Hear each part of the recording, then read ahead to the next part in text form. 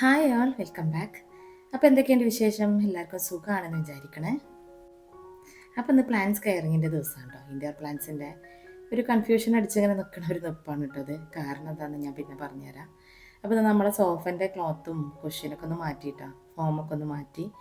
14 വർഷമായിട്ട് യൂസ് ചെയ്യുന്നതല്ലേ, അപ്പോൾ കുറച്ച് ഒരു എന്താ പറയുക, ഇവിടുത്തെ ബെൽറ്റൊക്കെ പൊട്ടി നാശമായിരുന്നു. അപ്പോൾ ആദ്യം റീപ്ലേസ് ചെയ്യാമെന്ന് വിചാരിച്ച് പിന്നെ നമ്മളെ അടുത്തൊരു സോഫ കമ്പനി ഉണ്ട്, അവിടെ കൊടുത്തിട്ട് ശരിയാക്കിപ്പിച്ചിട്ടോ. ഡൈനിങ് ടേബിളിൻ്റെ ചെയർസും കൊടുത്തിട്ടുണ്ട്. അതും വന്നിട്ട് ഞാൻ കാണിക്കാം കേട്ടോ. അപ്പോൾ ഇന്ന് ആകെ ഒരു തട്ടിക്കൊട്ടൽ ദിവസമാണ്. ഈ തട്ടിക്കൊട്ടലൊക്കെ എന്നും ഉള്ളതാണ്. പക്ഷേ ചെടികൾ ഇടയ്ക്കിടയ്ക്കൊന്ന് ലീഫുകൾ കേടായതൊക്കെ എടുത്തിട്ട് വെള്ളം മാറ്റി കൊടുക്കാനുള്ളതൊക്കെ മാറ്റി കൊടുത്ത് ഒക്കെ ചെയ്യുന്ന ഞാൻ ശനിയാഴ്ചകളിലാട്ടോ പൊതുവായിട്ട് ചെയ്യാറുള്ളത്. ശനിയാഴ്ച സാധാരണ മോൻ ഉണ്ടാകാറുണ്ട്, ഇന്ന് മോനില്ല. പക്ഷേ മോൻ ഉണ്ടാകുമ്പോഴാണ് ഒരു പണി നടക്കാത്തത്. പക്ഷേ എന്താണെന്നറിയില്ല, ശനിയാഴ്ച ആകുമ്പോൾ എനിക്കെന്തോ ഒരു ലീവ് കിട്ടിയ ഒരു ഫീലാണ്. നമ്മൾ ജോലിക്ക് പോകുന്ന ഒരു ലീവ് കിട്ടുന്ന ദിവസം എല്ലാ കാര്യങ്ങളും ചെയ്യുമെന്ന് പറഞ്ഞ പോലെയാണ് ശനിയാഴ്ച എനിക്ക് കിട്ടത്. എന്തുകൊണ്ടാണെന്ന് എനിക്കറിയില്ല. ഞാനെന്നും ഈ വീട്ടിലുള്ള ആൾ തന്നെയാണ്.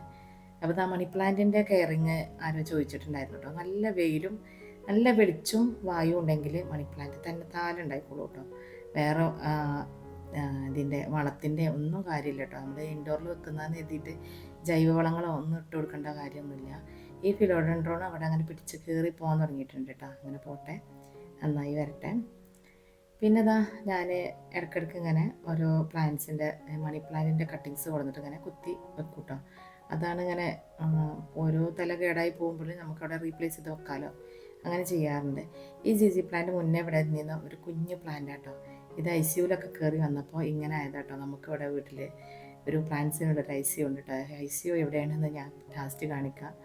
അപ്പോൾ അതാണ് കേട്ടോ ഞാൻ നേരത്തെ കൺഫ്യൂഷൻ അടിച്ച് നിന്നത്. അപ്പോൾ മോൻ പറയായിരുന്നു, ഇത് വളരെ ചെറിയ പ്ലാന്റ് ആയിരുന്നു കേട്ടോ, 2 മാസം മുന്നേ ഇവിടുന്ന് കൊണ്ടു വെക്കുമ്പോൾ. അപ്പോൾ അവൻ പറയായിരുന്നു, ഇനിയിപ്പോൾ അവിടെ വെച്ചിട്ടുണ്ടെങ്കിൽ അതിന് തൊട്ടടുത്ത് ഷൂ റാക്കാണ്. അപ്പോൾ ഒരു 2 ഡ്രോയർ ഉണ്ടല്ലോ, അതിൽ ഷൂസൊക്കെ വെക്കുന്ന സ്ഥലമാണ്. അപ്പോൾ മോന് ചെറിയോൻ അതിൻ്റെ ഉള്ളിലാണ് വീൽ ഷൂ ഒക്കെ വെക്കുക. അതെടുക്കുമ്പോൾ കേടാവും എന്നൊക്കെ അവൻ പറഞ്ഞപ്പോൾ ഞാനിങ്ങനെ കൺഫ്യൂഷൻ അടിച്ച് നിൽക്കുകയായിരുന്നു കേട്ടോ. എനിക്കത് അവിടെ വെക്കും വേണം, അവൻ കേടാവും എന്ന് പറഞ്ഞപ്പോൾ എനിക്കൊരു കൺഫ്യൂഷനും. ഏതായാലും 2 ദിവസം വെച്ചിട്ട് നോക്കാമെന്ന് വിചാരിച്ചിട്ടോ. ഇവിടുന്ന് ഇങ്ങനെ ക്ഷീണം പറ്റുന്ന പ്ലാന്റ്സൊക്കെ ഞാൻ ഈ പറഞ്ഞ ICUവിൽ കൊണ്ടുപോയി വെക്കും. ഒരു മാസമോ 2 മാസമോ കഴിയുമ്പോൾ നല്ല ഉഷാറായി വരും. വീണ്ടും ഇവിടെ തന്നെ കൊണ്ടു വെക്കും കേട്ടോ. അങ്ങനെ കേടാവാറൊന്നുമില്ല. ചിലപ്പോൾ ഒരു അധികം അങ്ങനെ വീട്ടിലിരിക്കുമ്പോൾ വല്ലാണ്ട് അങ്ങോട്ട് വായു കയറില്ലല്ലോ, കാറ്റങ്ങനെ കിട്ടൂലല്ലോ.